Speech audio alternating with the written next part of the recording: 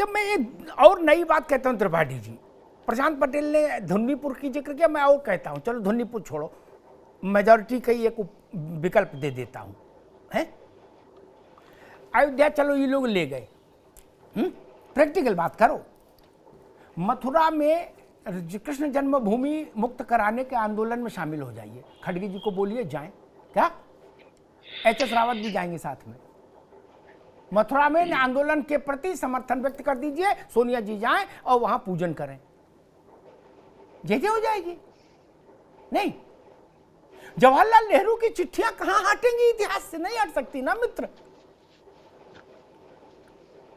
वो तो इतिहास में दर्ज हो गई, कोई पार्टी रहे। और जो बात प्रशांत ने कही उसमें एक बात जोड़ दूं, इससे कोई फर्क नहीं पड़ता कि सुप्रीम कोर्ट ने निर्णय कब दिया, महत्वपूर्ण बात करो त्रिपाठी जी, आप योग्य व्यक्ति इसलिए आप समझेंगे, सामान्य नेता होता मैं तर्क नहीं देता, वो समझ भी नहीं पाते। रामलला विराजमान के पूजा राग भोग और आरती पर सुप्रीम कोर्ट के निर्णय के तहत हो रहा था आरंभ से ही, जब से विराजमान हुए वहां, ठीक, उनके दर्शन पर, भोग पर, आरती पर कभी कोई वैधानिक प्रतिबंध नहीं रहा देश में। क्यों नहीं गए? इंदिरा गांधी के समय भी रामलला वहां थे, जवाहरलाल नेहरू के समय भी रामलला वहां थे, नेहरू जी तो 64 में दिवंगत हुए ना, आ सकते थे, 4-6 बार आ सकते थे, और फिर आज की पीढ़ी तो है ही, त्रिपाठी जी कभी आए नहीं, वहां जाना कोई गुनाह था क्या? वहां जाने का मतलब ये तो नहीं हो गया कि आप विवाद में शामिल हो गए। 4 बार मैं दर्शन करने गया, मैं तो विवाद में शामिल नहीं हुआ, लिब्रान कमीशन में मुझे समन हुआ, मैं विवाद में तो शामिल नहीं हुआ, कमीशन ने बुलाया, मैं गवाही दे आया। आप लोग क्यों नहीं गए दर्शन करने कभी? जी अमिताभ जी, आपके प्रश्न में 2-3 प्रश्न थे। पहला प्रश्न था मथुरा को लेकर, खड़गे साहब को उस आंदोलन जाना चाहिए। तो मैं आपसे कह दूं कि कांग्रेस पार्टी इन मुद्दों की राजनीति नहीं करती है। कांग्रेस पार्टी जो जीवन के धरातल से जुड़े हुए मुद्दों पे जो राजनीति होती है, अभी भी मैंने कहा था, ये आस्था का विषय है। निजी तौर पर जिस व्यक्ति की जो आस्था है, कानून और संविधान उसके लिए निर्णय लेगा। हम बवाल करने में भरोसा नहीं, हम देश के विकास के लिए काम करते हैं। त्रिपाठी जी इनको बवाल नहीं कहिए, 500 साल इस देश ने संघर्ष किया, लाखों लोग बलिदान हुए, आप बवाल बता रहे हो। और मथुरा जाके खड़गे साहब उसमें आंदोलन में कूद पड़े। हम इस मुद्दे के लिए आंदोलन नहीं करने वाले हैं अमिताभ जी, कि आपको स्पष्ट कर दें। हम देश में आंदोलन करेंगे बेरोजगारी के खिलाफ, महंगाई के खिलाफ और देश की विकास की नीतियों के खिलाफ। हम राजनीतिक दल है, हम धार्मिक दल नहीं, इसको ध्यान रखना होगा। जहां तक दूसरी बात की कौन कहां दर्शन करने गया, निजी आस्था का विषय है। मैं पहले भी कह रहा हूं, मैं खुद अयोध्या दर्शन करके आया हूं, मथुरा दर्शन के लिए जाता हूं, और हम सब लोग ये काम करते हैं। हम सब राम भक्त हैं, कृष्ण भक्त हैं, लेकिन हम दूसरे की आस्था को चोट पहुंचाने के लिए काम नहीं करते।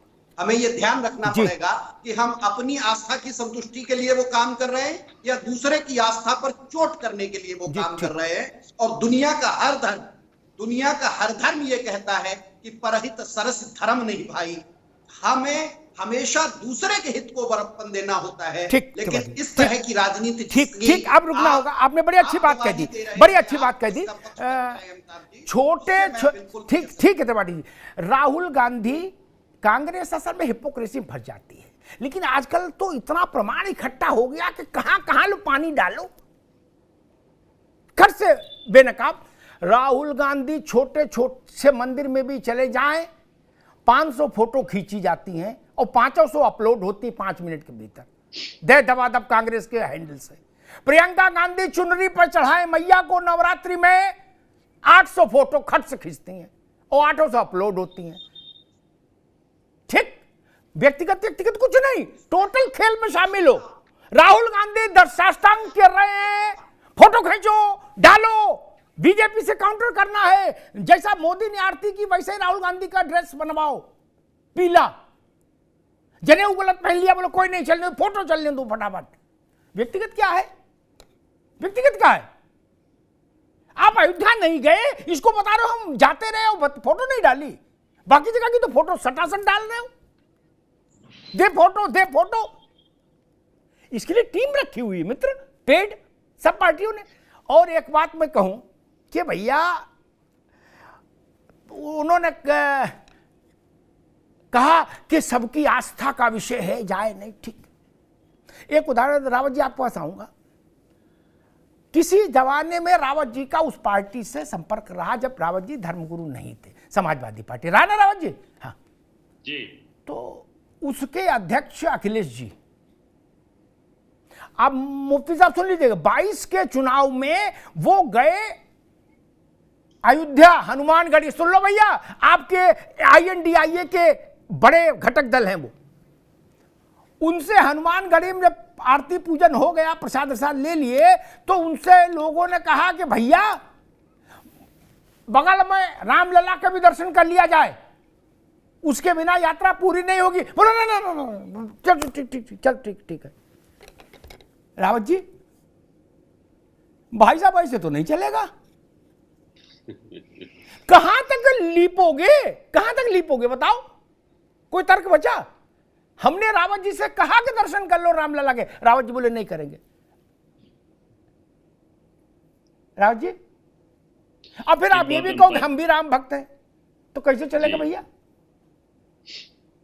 समस्या अमिताभ जी ये है जी कि राजनीतिक जो पार्टियां हैं वो पर्दे के पीछे से धर्म की राजनीति करना चाहती हैं, और भारतीय जनता पार्टी ने पर्दा हटा के राजनीति की, और ये होना भी चाहिए, इसमें कोई दो राय नहीं है कि आप चोरी चोरी आप दलितों की वोटों के नाम ले लेते हैं, उनकी वोटों खींचने की कोशिश करते हो, सवर्णों को आप गाली देते हो, फिर आप मंदिरों को भी गाली देते हो, फिर उनकी वोटों को भी खींचने की कोशिश करते हो।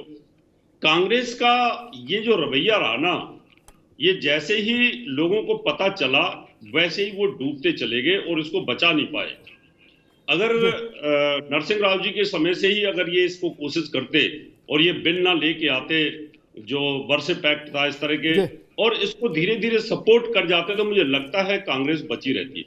आज की डेट में आप देखिए, चाहे अखिलेश की बात करें, चाहे मायावती की बात करें, चाहे कांग्रेस की बात करें, चाहे दूसरी पार्टियों की बात करते हैं, हिंदू के लिए, सनातन धर्म के लिए कोई खड़ा नहीं होता है, और सीधा सीधा कोई सपोर्ट ही नहीं करता है भारतीय जनता पार्टी के अलावा।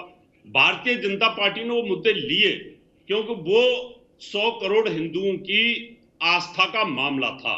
उन्होंने 100 करोड़ को नहीं देखा, उन्होंने बहुत कम लोगों को समझने की कोशिश की कि हम इन वोटों के सहारे, और हिंदू तो हमें वोट देगा ही। ये एक सबसे बड़ी गलतफहमी टूट गई और भारतीय जनता पार्टी ने वो तोड़ी। और जब राजनीतिक पार्टियां युद्ध में होती हैं, चुनाव लड़ती हैं, तो अपने मुद्दे उनके होते हैं, उनका मैनिफेस्टो होता है, और उसी मैनिफेस्टो में भारतीय जनता पार्टी ने काम किया। इसमें भारतीय जनता पार्टी ने कोई धर्म की बात नहीं करी है, उन्होंने पब्लिक के मुद्दे थे उनको लिया, क्योंकि धार्मिक लोग चाहते थे कि मंदिर का निर्माण हो और कोई भी पार्टी आगे आ जाए। अगर अखिलेश आगे आ जाते तो अखिलेश भी जीतते, और कांग्रेस अगर आगे आती तो उत्तर प्रदेश में कांग्रेस की भी सरकार हो जाती, क्योंकि कांग्रेस से साफ होने का कारण, कांग्रेस का साफ होने का कारण उत्तर प्रदेश से यही सबसे बड़ा मुद्दा रहा। अमिताभ जी, मुफ्ती साहब, ये ऊंट की चोरी निहुरे ऊंट जेब में रख के नहीं चुराया जा सकता, ये बात राजनेताओं को समझ क्यों नहीं आती? देखिए, 500 साल मुसलमानों ने वहां नमाज पढ़ी थी और मस्जिद गिराई गई थी, दुनिया ने देखा था, और हजारों मुसलमान भी मारे गए थे। नरसिम्हा राव साहब ने क्या कहा था कि हम वहां मस्जिद दोबारा बनाएंगे, रीबिल्ड, दोबारा बनाएंगे। शंकर दयाल शर्मा उस वक्त के राष्ट्रपति थे, क्या क्या बोले वो सब लोगों ने देखा। मस्जिद गिराई गई ये कांग्रेस के जमाने में, शिलान्यास हुआ कांग्रेस के जमाने में, ताला खोला गया कांग्रेस के जमाने में, ताला लगाया कांग्रेस के जमाने में। जरा आपको एक बात और बता दूं, पार्लियामेंट अधिवेशन से पहले भाजपा भी राम मंदिर के आंदोलन में नहीं थी। पार्लियामेंट अधिवेशन 84 में कुछ हुआ था, जहां भाजपा ने अधिवेशन में ये कहा था कि हम राम मंदिर के पक्ष में हैं। जैसे जैसे लहर चलती गई, भाजपा उसमें शामिल होती गई, और कांग्रेस सिर्फ रिझाने में लगी रही कि मुसलमानों को खुश करें या हिंदुओं को खुश करें। अभी 2-3 साल पहले हमारे तेलंगाना के कांग्रेस के अध्यक्ष रह चुके हैं, उन्होंने पुन्नाला लक्ष्मीया उनका नाम है, उन्होंने 1 लाख रुपया राम मंदिर के लिए डोनेशन दिया था। पूरी कांग्रेस ने उनको सर पे चढ़ा लिया था कि क्यों डोनेशन दिया। उसके बाद हंगामा हुआ, बाद में वो बेचारे बैकफुट पर आए। तो मुझे लगता है कि चोर को चोरी करो, पहरेदार को जागते रहो, ये कांग्रेस की पॉलिसी रह गई। शाहबानो का केस क्या था वो सबको मालूम था, राम मंदिर का ताला खोला गया और उधर शाहबानो के केस में ठीक। मौलाना साहब, मुफ्ती साहब एक मिनट, मुफ्ती साहब एक मिनट, मैं प्रशांत के पास जाऊं उससे पहले एक बात कहना चाहता हूं। ये भी फर्जीवाड़ा बंद होना चाहिए कांग्रेस के संबंध में। कांग्रेस कहती ताला हमने खुलवाया। प्रशांत पटेल जी सुप्रीम कोर्ट में वकील हैं, इसलिए वो उस बात पर गौर करें। कांग्रेस कहती ताला हमने खुलवाया, लेकिन अयोध्या में मंदिर में मोदी का लेना देना नहीं, वो सुप्रीम कोर्ट ने बनवाया। सुप्रीम कोर्ट ने वहां रोड बनवाई,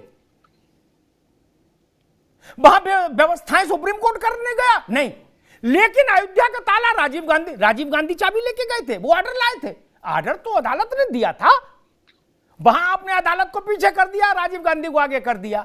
बोले लेकिन भाजपा को क्रेडिट नहीं देंगे, बोले यहां ये कोर्ट की बात है। यार इतना भी नहीं करो, काले को सफेद और सफेद को काला करोगे क्या? इतना तो लिहाज रखो। जनता भांग खा के सोई है क्या? उसको समझ नहीं आता। जयराम ने ट्वीट किया था अभी कुछ समय पहले कि क्रोनोलॉजी बताई थी अयोध्या में कांग्रेस की भूमिका की। राजीव गांधी क्या लेन देना फिर? हालांकि खेल मुझे मालूम है क्या हुआ था, लेकिन तकनीकी तौर पर जैसे राजीव गांधी ने ताला खुलवाया, सारा क्रेडिट कांग्रेस आज तक ले रही है मुफ्ती साहब ताला खुलवाने का, वैसे ही नरेंद्र मोदी को भी श्रेय जाता है। बस इतनी सी बात है। प्रशांत पटेल जी, ये मुझे लग रहा है कि अभी दो विषय तो बाकी हैं। विश्वेश्वर महादेव का विषय बाकी है, कृष्ण जन्म स्थान का बाकी है। जिन को लग रहा है कि अयोध्या में ट्रेन छूट गई, बेहतर नहीं हो वो लोग वहां शामिल हो जाएं। जिन को लग रहा है भाजपा ने मलाई खा ली, भाजपा ने मालपुआ खा लिया, लड्डू का डब्बा भाजपा ले गई, वो लोग वहां संघर्ष करें। भाई भाजपा ने भी 35 साल संघर्ष किया ना अयोध्या को लेके जी। तो अब ये लोग उधर चले जाएं। काशी भी में भी जगह है काफी, वहां भी कार्यक्रम चल रहा है, और जन्मभूमि तो है ही। प्रशांत जी नहीं, एक ऑफर रख दो जी। भगवान राम, भगवान कृष्ण और कृष्ण जी तो सभी के हैं भाई, किसी का कोई कॉपीराइट थोड़ा है। कोई भी जाके करें कार सेवा, वहां पे कुछ प्रयास करें भाई। अभी तो स्थिति है कि फोटो तक दिखाने में समस्या हो रही है, और जो लोग कह रहे हैं हम धर्म की राजनीति नहीं करते, बताइए उनको कम से कम आईने के सामने खड़ा होना चाहिए भैया कि सुप्रीम कोर्ट का निर्णय किसने पलटा, साहबानों वाले मामले में धर्म की राजनीति किसने शुरू किया। क्लेम करते हैं हमने ताला खुलवाया, धर्म की राजनीति किसने किया। तो दूसरों पे उंगली उठाने से पहले अपने आप तरफ देख लीजिए। और क्या राजेंद्र प्रसाद जी का प्रसंग आपने बताया ही है, किस तरह क्या सब चीजें हुई हैं। और इन्हीं के नेता कांग्रेस पार्टी, कभी समाजवादी पार्टी सांसद कपिल सिब्बल जी सुप्रीम कोर्ट में खड़े होकर कह रहे थे कि भाई सुनवाई इसकी टाली जाए, 2019 के चुनाव के बाद की जाए।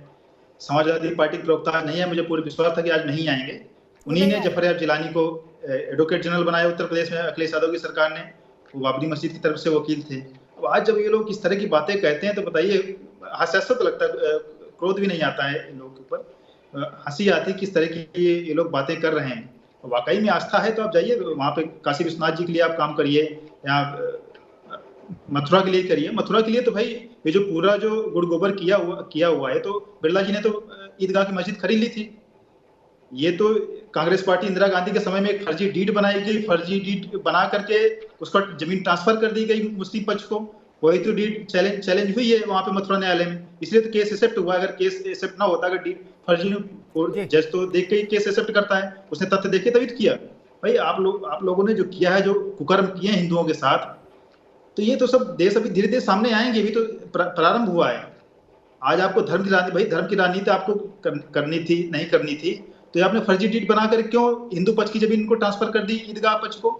अभी तो पब्लिक डोमेन में आएंगी धीरे धीरे चीजें, तब देखिए जनता। और आज जो इन्होंने उत्तर प्रदेश में धर्म की राजनीति की, अमिताभ जी 89 के बाद से क्यों कांग्रेस साफ हो गई, क्यों उत्तर प्रदेश में सत्ता में नहीं आई?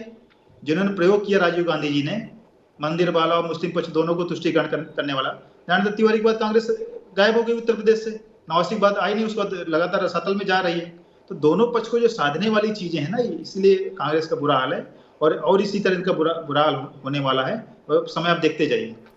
त्रिपाठी जी, दो बड़े वक्तव्य देश के सामने हैं, ठीक। एक बड़ा वक्तव्य वो सरकार की हैसियत से नहीं था, लेकिन आज जो पार्टी सरकार में है उसका आधिकारिक वक्तव्य, हम रामलला के जन्म स्थान पर भव्य मंदिर के लिए प्रतिबद्ध हैं और उसके लिए संघर्ष करेंगे। ये official statement from BJP 80s में।